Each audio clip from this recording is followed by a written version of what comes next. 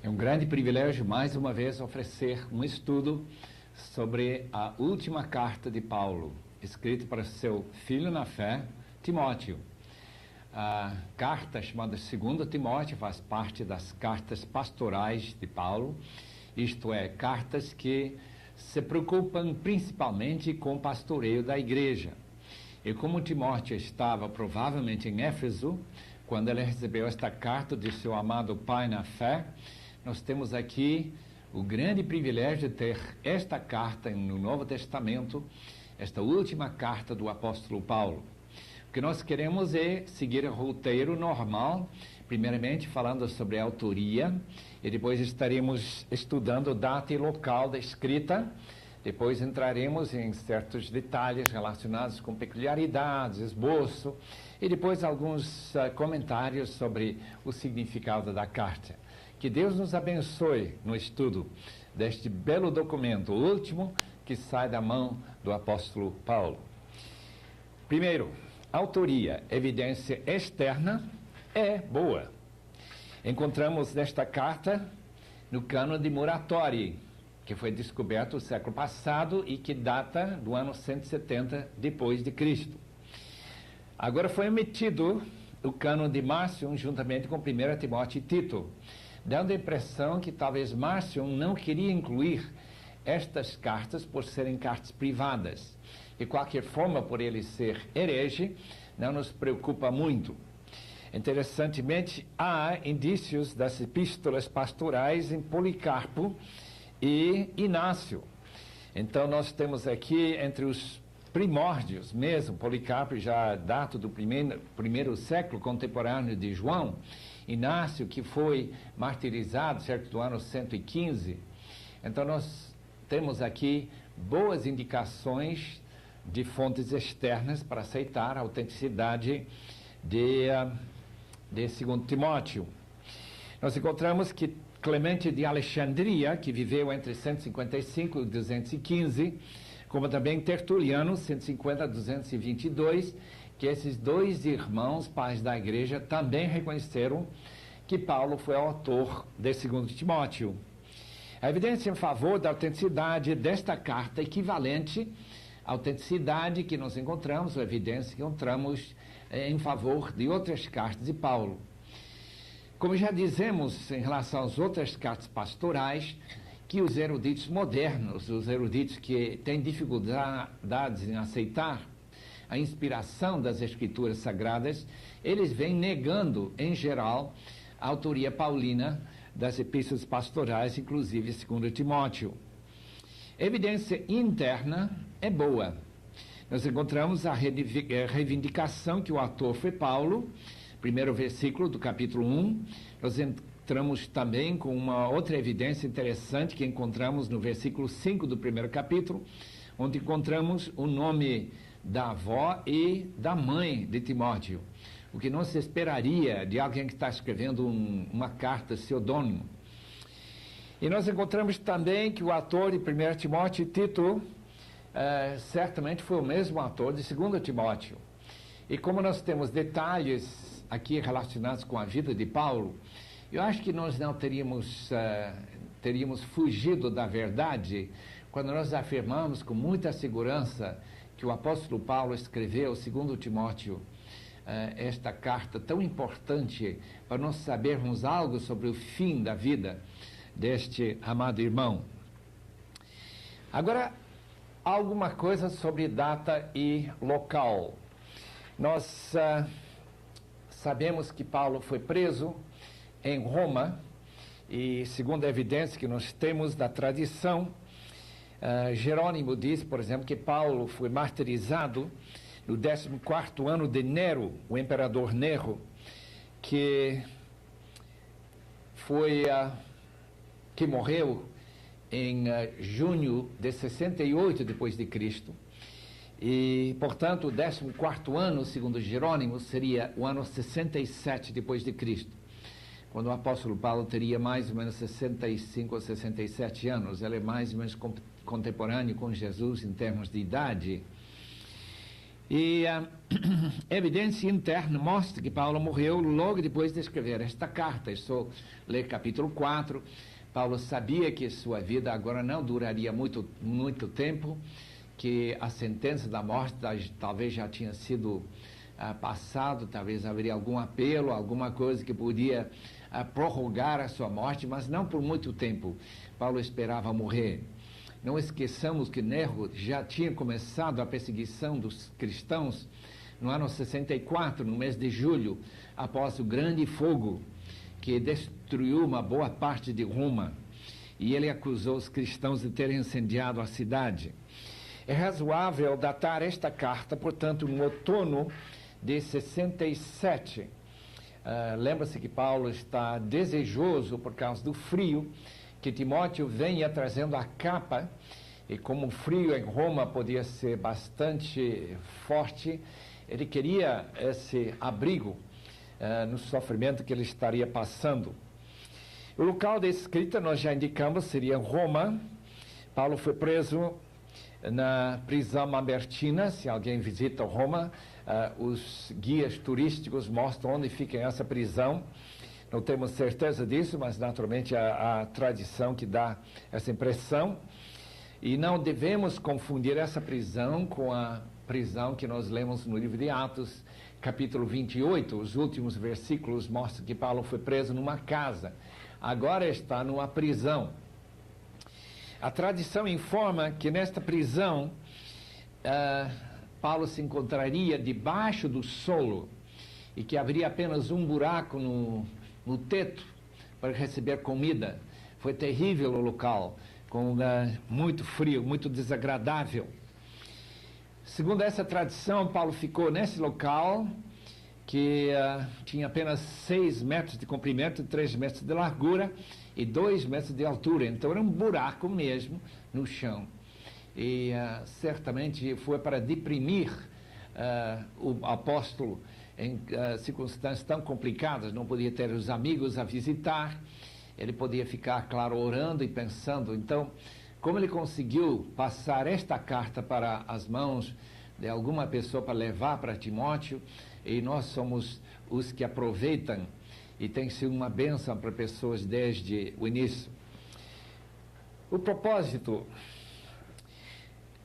Naturalmente, nós vemos claramente que Paulo está interessado em encorajar Timóteo a cumprir suas responsabilidades sem temor. Dá para entender claramente que havia uma tentação da parte de Timóteo de ficar amedrontado por causa das perseguições que estavam atingindo a igreja.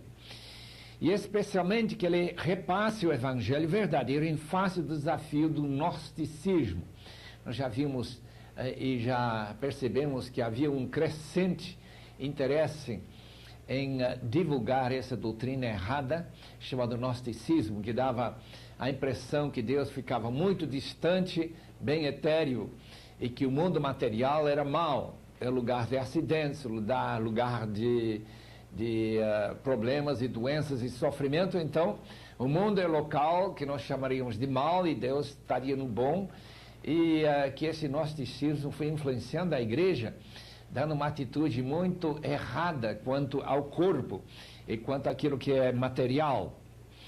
Então, nós vemos essas referências em capítulo 1, versículos 6 a 8, 2, 1 a 7, 14 a 16 e 3, 14 a 4, 5.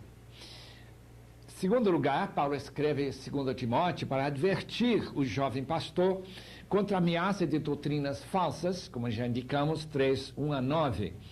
Ele fala como seria o fim deste século, desta época, com um esfriamento muito grande dos corações dos cristãos. Haveria muita falsidade, muito falta de autenticidade, muita falta de moralidade ética.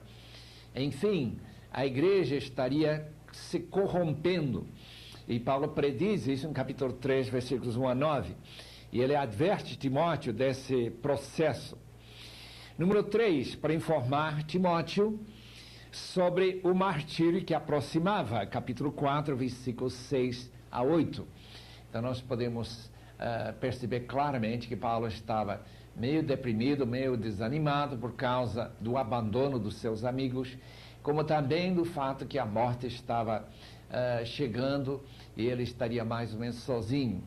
Algo daquele entusiasmo de Filipenses tinha escapado do seu coração. Mas com certeza, antes de ele morrer, a graça do Senhor veio acompanhá-lo e dar-lhe encorajamento. Número 4, em último lugar, entre os propósitos, para pedir que Timóteo traga alguns itens para ele lá na prisão, especialmente os pergaminhos, livros e a capa, para ele não sofrer tanto com frio. E, naturalmente, para ter os livros para ele poder ler durante as horas em que havia um pouco de luz passando por aquele buraco. Se, de fato, a tradição está certa, que ele estava preso num lugar tão terrível como esse. Agora passemos para um esboço do conteúdo desta última carta que veio da mão do apóstolo Paulo. São 13 cartas e esta é a última. Ainda que na ordem do Novo Testamento, Filemão vem depois e Tito também, isso não quer dizer que ele escreveu essas cartas depois de 2 Timóteo. Primeiramente, a consideração especial que Paulo tem para Timóteo, capítulo 1, versículos 1 até 4. Ali ele mostra quanto amor, quanta consideração ele tem por esse seu amado filho na fé, saudação e ação de graça, versículos 1 a 5. Depois, exortações e encorajamento a Timóteo, 6 a 14. Segunda divisão, Paulo e seus associados. Fala a seus associados em 1, 15 a 18. Os desleais asiáticos que estavam lá em Roma, e o muito leal Onesíforo, aquele foi procurá-lo na prisão. Terceira divisão, instruções especiais para Timóteo, 2, 1 a 16. Isto inclui encorajamentos e exortações, 2, 1 a 13, e depois um aviso sobre o trato dos falsos mestres, em 14 até versículo 26. Número 4, a divisão quarta, predições acerca dos últimos dias, 3, 1 a 9. Os tempos de deterioração moral que estão para vir. Depois, número 5, mais conselhos para Timóteo, 3, 10 a 17. Lembrando Timóteo das primeiras perseguições que Paulo sofreu, 3, 10 a 12. E depois, exortação a Timóteo para continuar e na fé que ele já tinha aceito, para continuar a ministrar nessa fé. Esse grande texto sobre inspiração se encontra nesse trecho, 3, 13 a 17.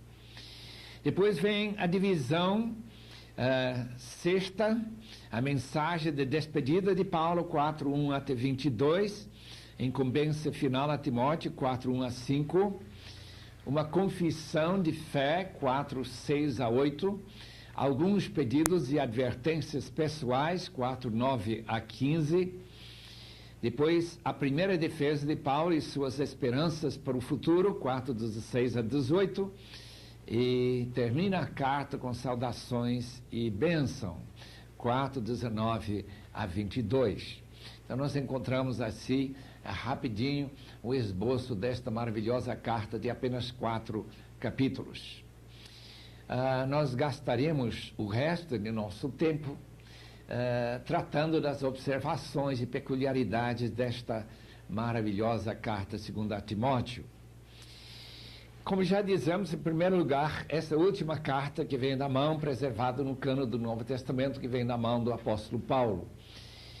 Mesmo que a ordem seja diferente, segundo Timóteo é a última carta. Nós já demos a data, mais ou menos 67, mais ou menos poucos meses antes de Paulo passar desta vida para seu galardão celestial. Número 2, tem uma forte ênfase sobre a pregação como elemento no ministério. Nós vemos isso no capítulo 1, versículo 11, 4, 2, 2, 15 e outros textos que mostram a grande importância da pregação do ensino da palavra. Número 3, contém a passagem clássica sobre a inspiração das Escrituras. Toda a Escritura é inspirada por Deus. Capítulo 3 e versículo 16. Então, esse é o texto clássico, não tem outro texto da Bíblia que fala exatamente como Paulo, ou como Deus inspirou as Escrituras. A palavra inspirar quer dizer exalar, né? Pneustos. Então a palavra de Deus é falada por Deus, é falada naturalmente na mente da pessoa através do ministério do Espírito Santo. Nós podemos falar da inspiração do Espírito. Outros textos falam que essa mensagem foi trazida por anjos, Gálatas 3,19, mas de qualquer forma, nós temos aqui o texto clássico, falando sobre a importância das Escrituras e sua inspiração, e que não tem nenhuma parte da Bíblia que não seja inspirada. Número 4, nós notamos a inclusão da palavra misericórdia na saudação que Paulo manda para Timóteo, capítulo 1, versículo 2. Interessante essa inclusão de misericórdia, além de graça e paz. Nós não sabemos naturalmente por que Paulo incluiu, mas talvez ele estava sentindo uma necessidade dessa misericórdia na sua própria vida e querendo que Deus derrame misericórdia sobre a vida de seu filho na fé, que estava passando certos indicadores de temor, talvez sobre algum futuro.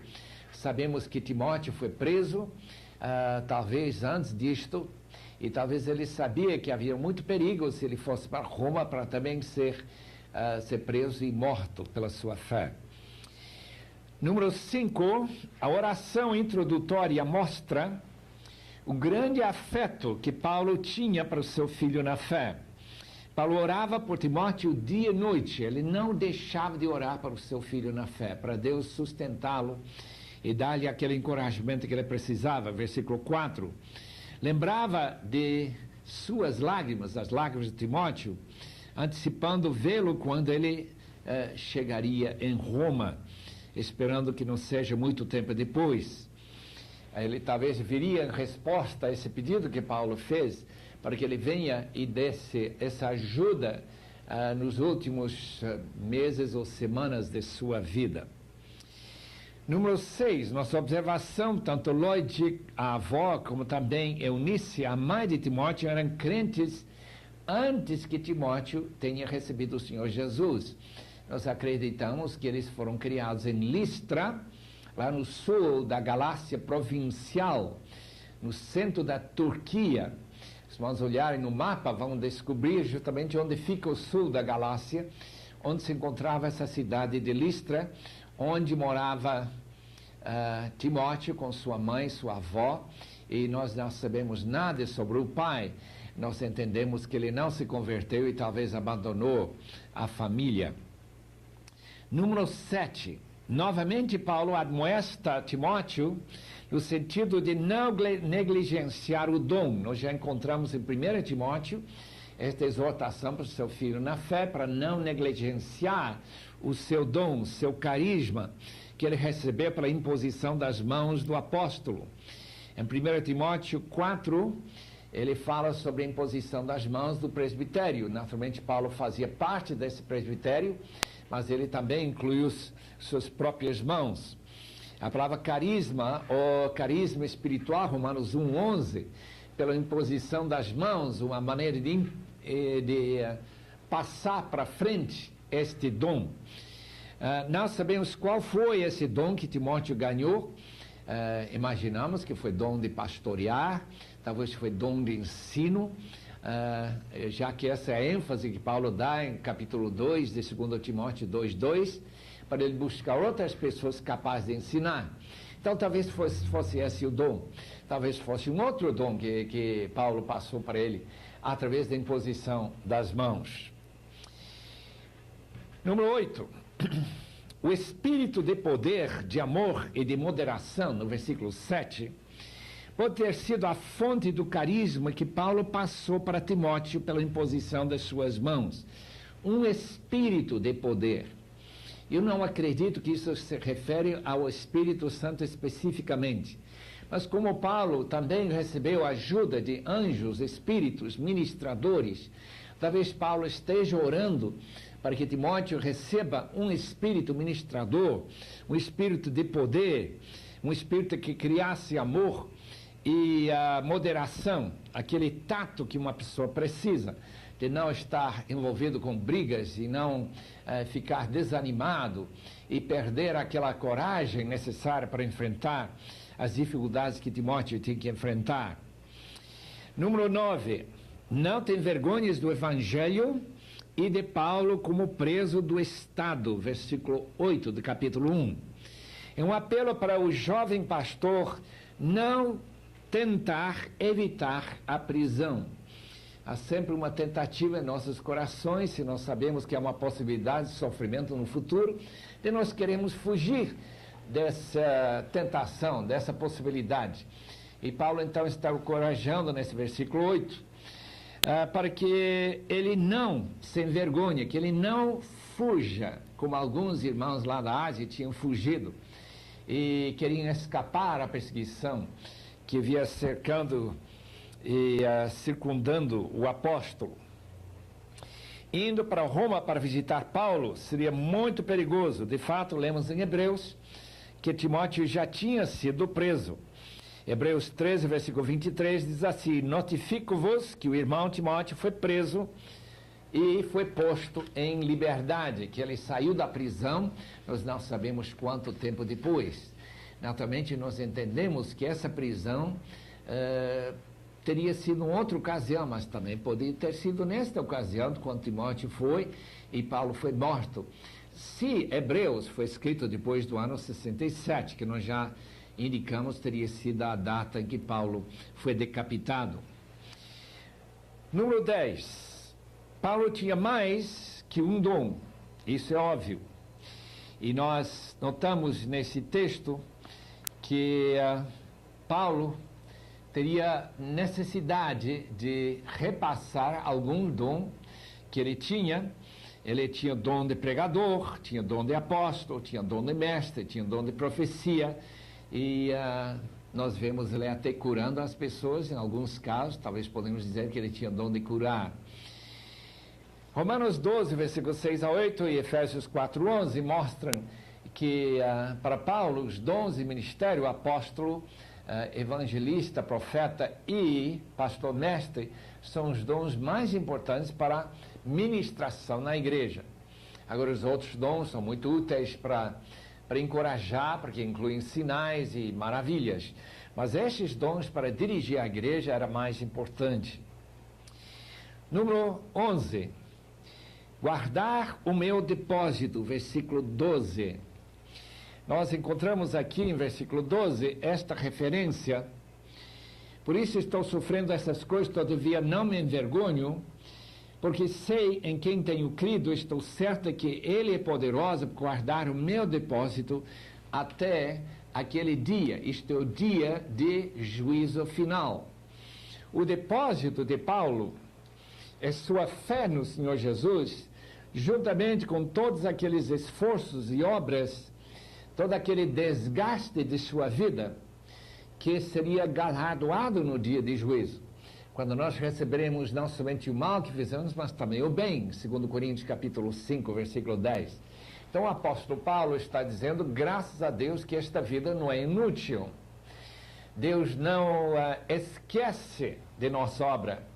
Leiam com cuidado 1 Coríntios 15, versículo 58, mostrando que nossa vida, nosso serviço não é em vão no Senhor. Tem seu futuro.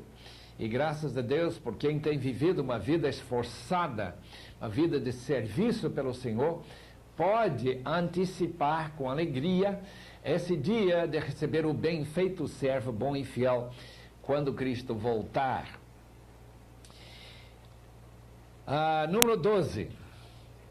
Os da Ásia me abandonaram, versículo 15 diz isso. Os da Ásia quer dizer aqueles irmãos em Roma, que eram antigos amigos de Paulo. Na hora que ele teve que fazer e oferecer sua defesa diante do imperador, ou talvez diante de algum juiz, na hora que eles podiam ter se levantado como testemunhas da boa vida que Paulo viveu, que ele não era de forma alguma subversivo, que esses irmãos que podiam ter dado algum apoio ao apóstolo Paulo, desapareceram na hora H. Eles não ficaram junto com o apóstolo Paulo e abandonaram. E com certeza isso decepcionou bastante o apóstolo. É só ler esse versículo 15 para perceber isso. Esse Figelo e Hermógenes que o abandonaram eram pessoas que podiam ter ficado junto com ele, mas não o acompanharam.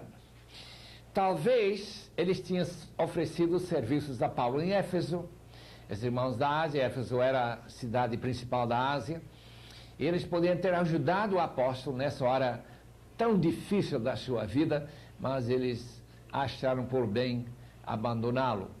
A razão desse abandono, já falamos, seria o medo que eles teriam de serem presos e talvez serem decapitados junto com o apóstolo Paulo. Esta deveria ter sido a razão.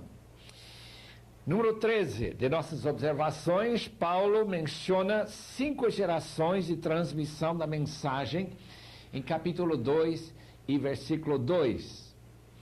O que da minha parte ouviste através de muitas testemunhas, isso transmite mesmo a homens fiéis e também idôneos para instruir a outros.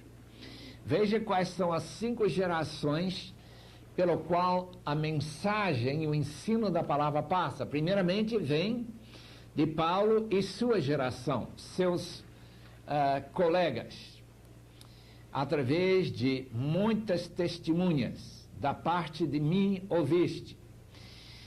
Timóteo é a 2ª geração. Isso mesmo transmite a homens fiéis. Já é a 3ª geração, que também seriam idôneos para instruir a outros, que seria a 4ª geração. Naturalmente, as testemunhas também podiam ser mais uma geração, dando justamente os 5. Paulo, testemunhas, Timóteo, depois temos o caso desses homens fiéis e idôneos, e finalmente os outros que eles estariam ajudando. Neste caso, nós encontramos a importância da transmissão. Transmissão deve ser feita não apenas numa geração de pessoas que são amigos, mas que passe para gerações mais novas, e que nós estejamos sempre procurando pessoas idôneas e pessoas fiéis, autênticas, de boa reputação, para continuar essa mensagem, levar essa palavra para frente. Nós nos alegramos muito em encontrar como o Evangelho tem se divulgado no Brasil, especialmente através de irmãos leigos, que quando eles mudam de um local para o outro, abrem suas casas para poderem ensinar a palavra. Essa fidelidade no ensino da palavra é fundamental. E assim a igreja no Brasil tem crescido muito. Graças a Deus por isso. Paulo recomenda isso. Antes de Timóteo sair de Éfeso, que ele tenha cuidado de buscar homens e líderes que possam repassar para outros essa boa palavra. E realmente durante centenas de anos a igreja de Éfeso se manteve muito forte até ser destruída pelos muçulmanos no 7º século, quando levantou-se Mohamé e suas forças que realmente acabaram com a igreja naquele local. Nós passamos agora para o número 14. Paulo faz uso de 3 ilustrações do capítulo 2 de 2 Timóteo para ilustrar que tipo de crente Deus espera que nós sejamos. Que tipo de obreiro seria este obreiro fiel. E quando Paulo pede que Timóteo se reforce, que ele se fortifique no Senhor, ele está falando justamente de essas qualidades que essas 3 ilustrações repassam para nós. Em primeiro lugar, ele fala do soldado que é arregimentado com seu general. E quando ele aceita essa incumbência, ele não fica se enrolando com outros negócios na vida, tentando ganhar dinheiro, tentando envolver-se com outras carreiras, não. Quando ele se torna soldado, ele focaliza toda a sua atenção em fazer o que o general quer. Naturalmente, nosso general é Cristo. A segunda ilustração que Paulo usa nesse texto é do atleta, que vai ensaiando e se esforçando e treinando seus músculos. O texto usa a frase que ele, para entrar na competição, tem que se treinar segundo as normas. Isto é, segundo tudo que Paulo tinha ensinado para Timóteo. Ele não pode buscar outros métodos alheios, métodos que não condizem com a palavra e a mensagem que ele ia ensinar. Tem que ser segundo as regras para poder ganhar nessa competição. Em último lugar, ele usa a ilustração do lavrador, que tem direito de participar nos frutos do seu próprio plantio, isto é, ele poder receber alegria de comer em casa com as pessoas que ele ganhou para Cristo, como também receber algum salário deles. Nós já vimos em 1 Timóteo 5,17, Paulo recomenda pagar os que se esforçam e se afadigam no ministério da palavra. Timóteo deveria ter sido um deles. Ele mostra que quando ele procurar líderes, deve procurar líderes que merecem esse tipo de atenção por causa de sua dedicação e fidelidade.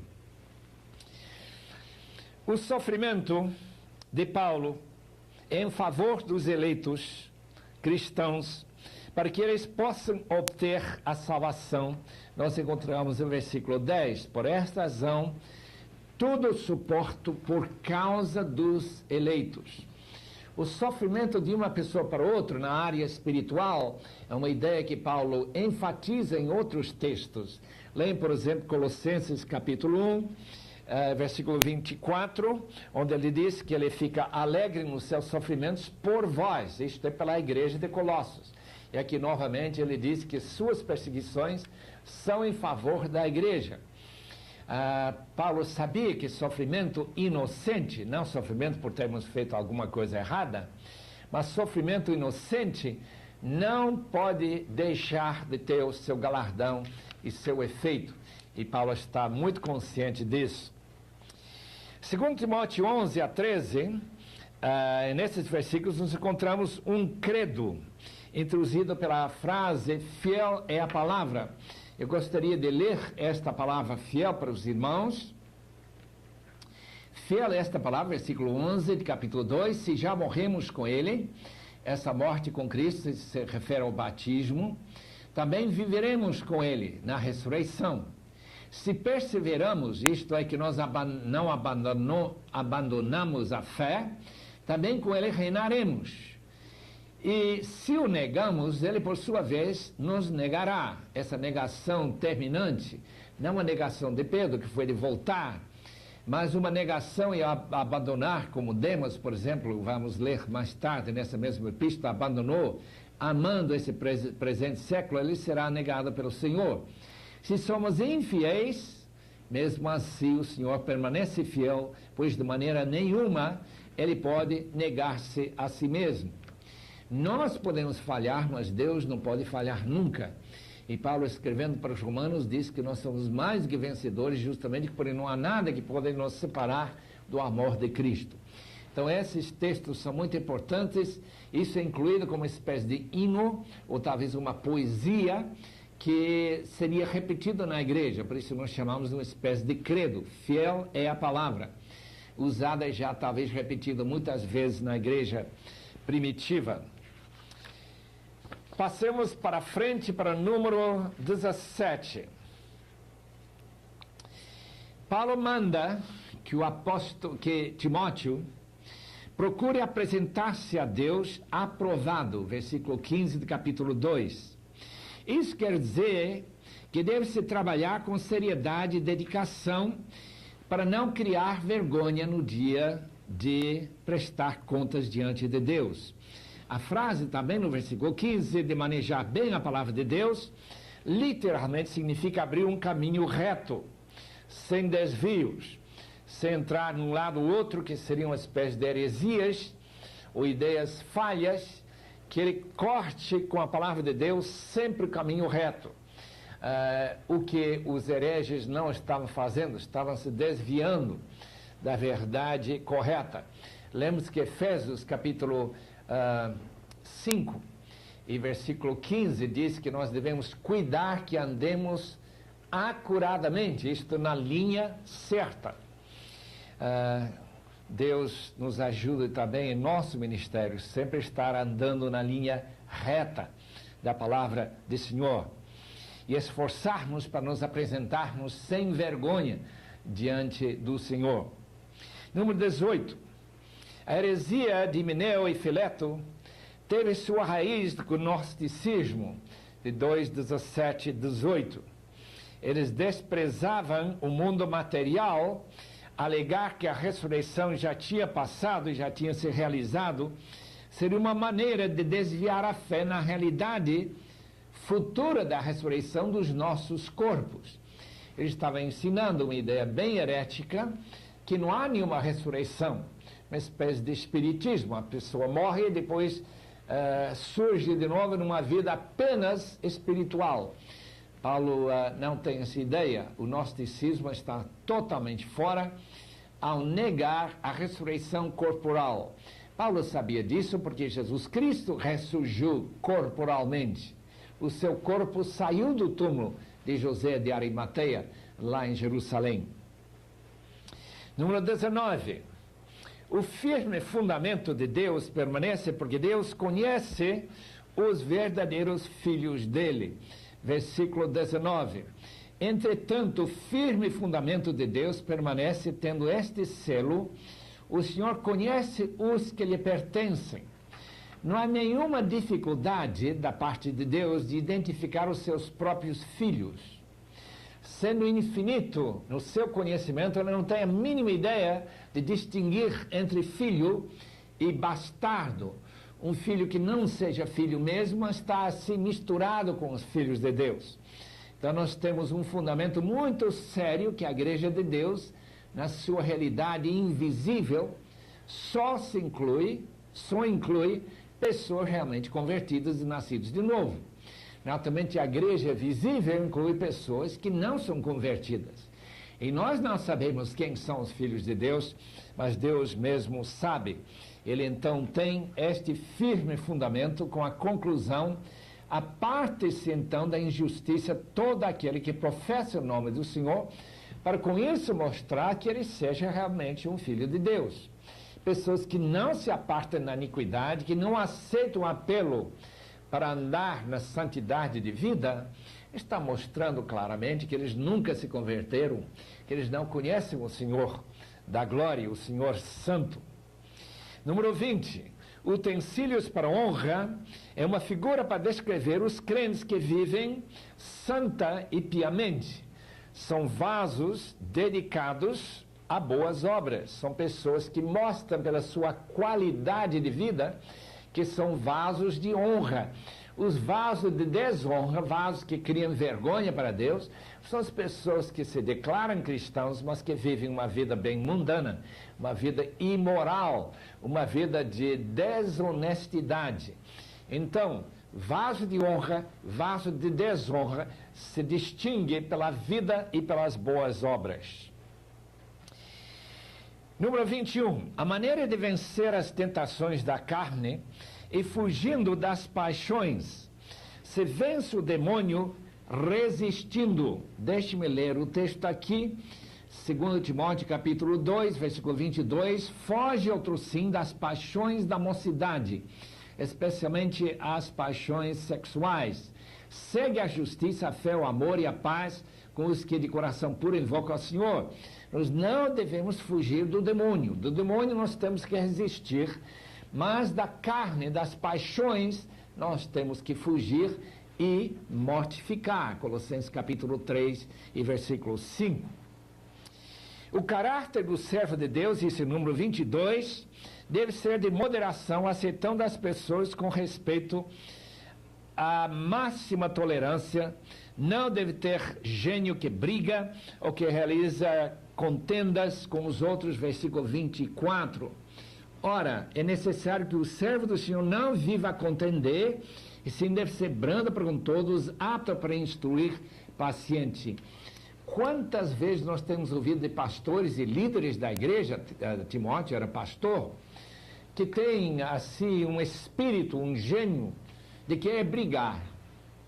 Paulo diz, isso deve ser abafado, devemos realmente retirar de nós qualquer tentativa de brigar.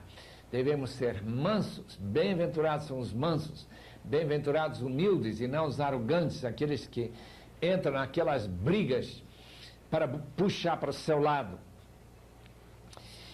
Número 23, a disciplina da igreja tem o objetivo de trazer pecadores e hereges ao arrependimento. Assim, vencerão o demônio. Capítulo 2, versículos 25 e 26. Nós devemos, então, usar métodos persuasivos. A disciplina da igreja tem esta finalidade, qualquer que seja a disciplina, sempre trazer os pecadores de volta, sempre buscar as ovelhas que se perderam e trazê-las de volta para o redil de Deus. Número 24, os últimos dias refere ao tempo antes da volta de Cristo. Capítulo 3, versículo 1. Sabe, porém, isto, nos últimos dias sobrevirão tempos difíceis. Os últimos dias são aqueles dias que precedem a segunda vinda de Cristo. Então, esses últimos dias, Paulo já está prevendo. Lembra que nós já falamos que Paulo esperava a segunda vinda até antes dele morrer. Deus nunca deu para os seus profetas nem apóstolos saber quando ele estaria voltando. Então, cada geração olha para o futuro como se a segunda vinda estivesse próximo. E uma das marcas nos últimos dias, é justamente a maldade que vai aumentando dentro da igreja. O amor de quase todos se esfriará, diz Mateus 24. Então, nós encontramos o apóstolo Paulo fazendo essa referência aos últimos dias. Naturalmente, nos dias de Paulo havia muita maldade, muito pecado, como haverá justamente antes da segunda vinda de Cristo. Eu acho que nós detectamos um acréscimo de maldade e um acréscimo de leviandade, um acréscimo de pecaminosidade dentro da própria igreja de Cristo em nossos dias. Talvez seria um sinal que os últimos dias já estão começando. Número 25. Claramente, segundo Paulo, haverá um vestígio de religião tradicional que permanecerá, mas sem o poder do Espírito, versículo 5 do capítulo 3, como vemos no caso da igreja de Laodiceia, que se achava abastado, sem necessidade, mas em realidade era miserável, pobre, cego e nu. O que nós encontramos no versículo 5 é que a igreja, nesses últimos tempos, teria uma forma de piedade, mas estaria negando, entretanto, o poder da piedade. Isto é, teria forma externa de religiosidade, mas não teria uma vida condizente com essa piedade. Não seria uma vida de verdadeira dedicação, amor ao Senhor. E fugir do mal e do pecado. Número 26. Os que aprendem sempre, versículo 7, capítulo 3, mas jamais podem chegar ao conhecimento da verdade, refere àqueles que têm a Bíblia, escutam mensagens nas igrejas regularmente, mas não põem em prática. Eles aprendem sempre, podem citar textos, mas sua vida não condiz. Quantas pessoas nós conhecemos que conhecem muito bem a doutrina bíblica, as ordens bíblicas, os mandamentos do Senhor, mas não praticam esses mandamentos? Este é o perigo que nós enfrentamos nos últimos dias, seguindo o apóstolo Paulo. Número 27, Janes e Jambres, versículo 8 do capítulo 3, eram dois dos mágicos de Faraó que tentaram duplicar os milagres e sinais que Moisés realizou lá no corte de Faraó, em Êxodo capítulo 7, versículo 11. Então nós já conhecemos esses nomes baseado nesse texto aqui, porque o livro de Êxodo não menciona os nomes daqueles mágicos. O interessante é que eles conseguiram fazer alguns dos milagres, mas outros não. E o texto aqui fala de modo que Janes e Jambres resistiram a Moisés também estes, nos últimos tempos, resistirão à verdade. Número 28. O modo de vencer os males que assolarão a igreja nos últimos dias é de seguir o modelo do apóstolo: ensino, procedimento, propósito, fé, longanimidade, amor e perseverança. E não fugir da perseguição. Leia com cuidado capítulo 3, versículos 10 e 11. Paulo dá uma rápida lista de suas qualidades, seu esforço no cristianismo na área de ensino, de perseverança, de esforço, de propósito, de amor e não ter medo da perseguição. Número 29.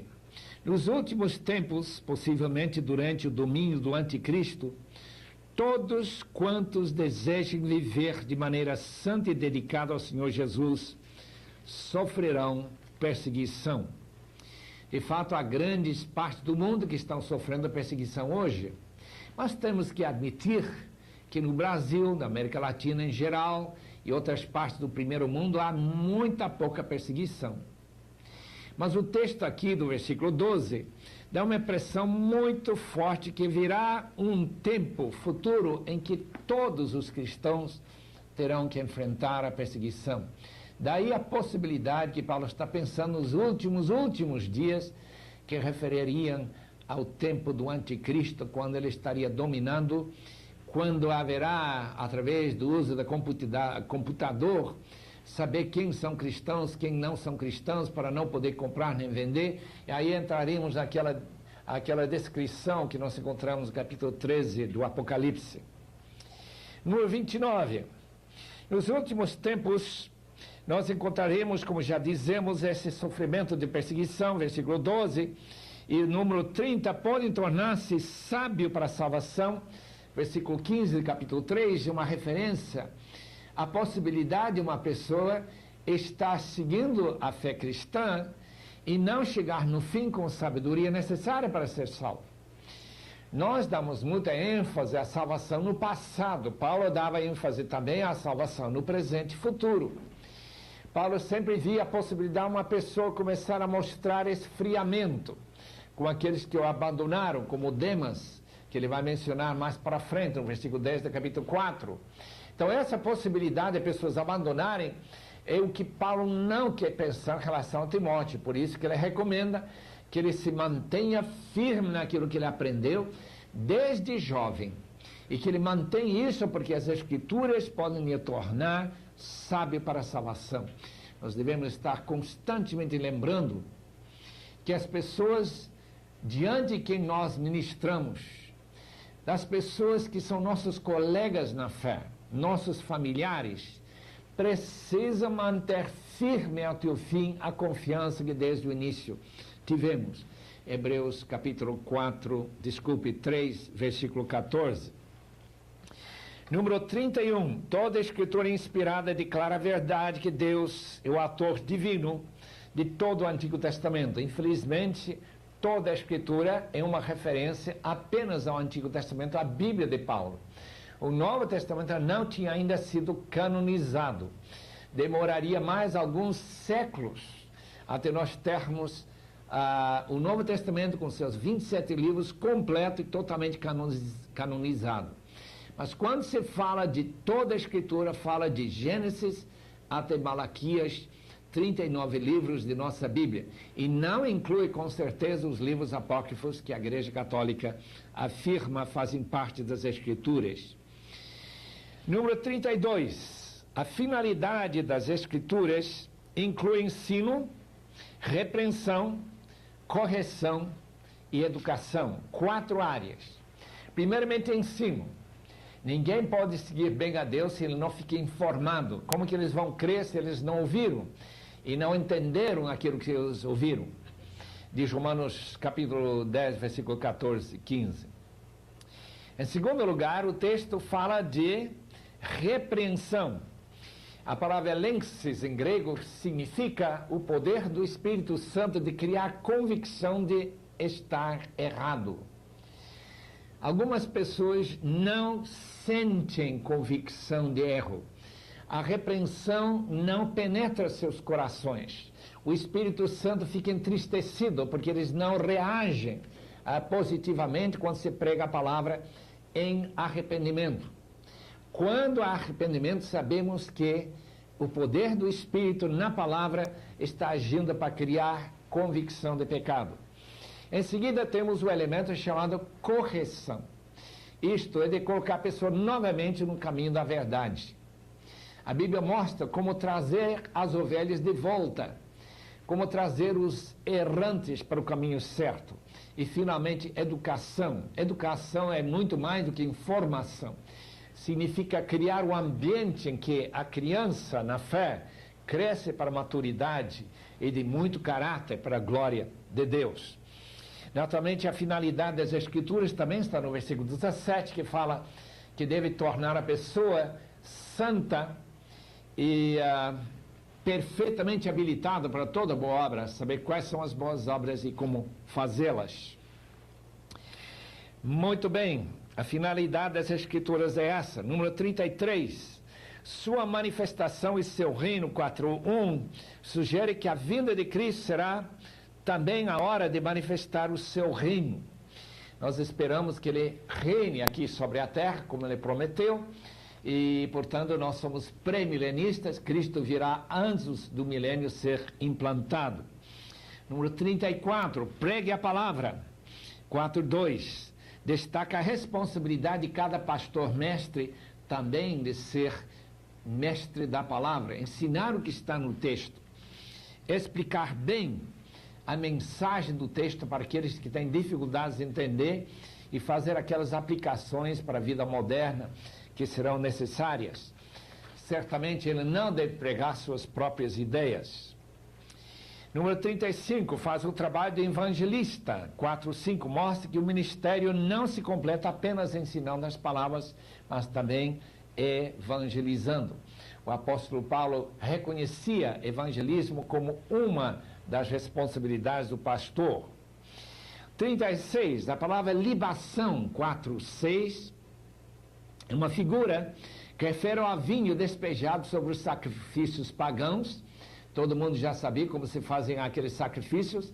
E Paulo não podia deixar de notar que a cor de vinho, cor vermelho, seria justamente como o sangue. Ele diz que seu sangue vai ser agora despejado sobre o sacrifício da sua vida no martírio. Isso nós encontramos no versículo 6, capítulo 4. 37, coroa.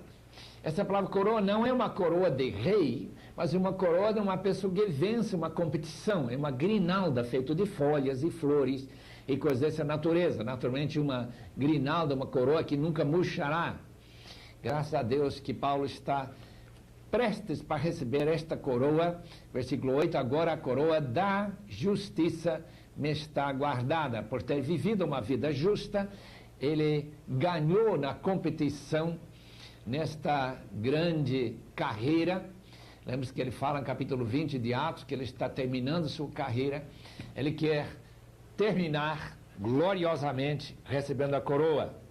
Que ele combateu bem, esse bom combate, justamente combate do reino de Deus contra as forças do mal e do inimigo. Número 38, Demas amou o presente século. A palavra século é a palavra aion, significa época. Mas não é época em tempo apenas, mas é todo aquele sistema de pensar mundana. Amor ao mundo seria outra maneira de usar esta palavra, a traduzir essa palavra. Amor, tudo que não é cristão, tudo que não tem nada a ver com a vida santa. Ele amou isso. Talvez amou o dinheiro, talvez ele abandonou por outros motivos, talvez amou sua própria vida, com medo que ele seria preso, como Paulo foi, e talvez ter sido morto. Demas então abandonou e foi embora, deixou o apóstolo. 39, Marcos mudou tanto, em contraste com a primeira viagem missionária, em que abandonou a equipe, que Paulo agora pede que Timóteo o trague, pois me é útil para o ministério. 4:11. Que interessante, esse mesmo autor de nosso Evangelho de Marcos agora está mostrando seu grande interesse nas coisas de Deus, dedicação, é muito útil para o apóstolo Paulo. Como é bom que o apóstolo mudou de atitude para com esse jovem, que agora não era tão jovem, já alguns bons anos depois, talvez 20 e tantos anos depois, quando ele pede que Timóteo traga Marcos com ele, lá de Éfeso. Número 40, livros e pergaminhos, versículo 13, se nos rolos de papiro, papel grosso, feito de uma planta que crescia lá do rio Nilo, no Egito, e de peles, pergaminho feito de peles de cabra e de ovelhas tratados e que podiam receber escrita. E naturalmente Paulo estava pedindo provavelmente cópias de suas próprias cartas, que de fato foram inspiradas. E Paulo teria muita alegria em lê-las, e talvez outros documentos que ele escreveu que nunca foram inspirados, que se perderam. Nós não sabemos. Apenas sabemos que Paulo escreveu algumas cartas que não estão no Novo Testamento. Ele faz menção dessas cartas em 1 Coríntios e 2 Coríntios também. 41, na primeira defesa, 4:16, refere à primeira vez que Paulo apresentou seus argumentos diante do juiz, ou possivelmente do próprio imperador. Nós não sabemos como que foi, ela apenas diz que nessa primeira apresentação, ele foi libertado, versículo 17, da boca do leão. Refere ao fato que nesse primeiro processo jurídico ele foi absolvido e que ele não foi morto, como ele podia ter sido. Obviamente há outro processo na frente, ou talvez outro processo que ele já passou, já usando a palavra primeira defesa, e que nesse caso ele teria sido condenado. Daí ele saberia que ele estaria indo para ser decapitado fora os muros de Roma. Tem lugar lá em Roma onde a gente pode visitar e ver onde isso aconteceu. Ser liberto de toda obra do maligno não deve indicar que Paulo esperava escapar à morte. O inimigo não pode fazer nada para o crente mesmo matando. Seria liberto de qualquer motivo de se envergonhar do Evangelho, quando ele teria a oportunidade de abrir a boca e falar do Senhor Jesus Cristo. Número 44, em Romanos 16:3, Aquila e Priscila estavam em Roma, mas nesta ocasião estavam de volta em Éfeso. Nós podemos ver isso em Atos capítulo 18 e versículo 19. Aqui novamente aparecem aqui no fim do versículo 19. Saúde Prisca e Aquila e a casa de Onesífero. No 45, vir antes do inverno, indicando que Paulo está escrevendo no outono, 4:21, isto é, antes dos meses em que a navegação seria possível, e Paulo teria que passar mais ou menos 6 meses, 5 meses sem Timóteo chegar para lhe dar essa ajuda. Devemos lembrar do livro de Atos, em capítulo 27. Quanto à bibliografia, recomendamos os mesmos livros que nós já mencionamos. Em outras ocasiões, por exemplo, nós temos aqui o comentário, 1 e 2 Timóteo e Tito, excelente, Dr. J.N.D. Kelly. Nós temos aqui o livro do Dr. Sidlow Baxter, Examinar as Escrituras, a Bíblia Shadow, Bíblia Vida Nova, temos comentário da Bíblia, e o Novo Dicionário da Bíblia, e tem outros livros também. Eu estou apenas mencionando alguns livros que podem ser uma excelente ajuda. Deus os abençoe e que este estudo seja marcante na sua vida. Procurai esforçar-se para ser um bom servo da palavra. Esta mensagem chave de segunda carta a Timóteo.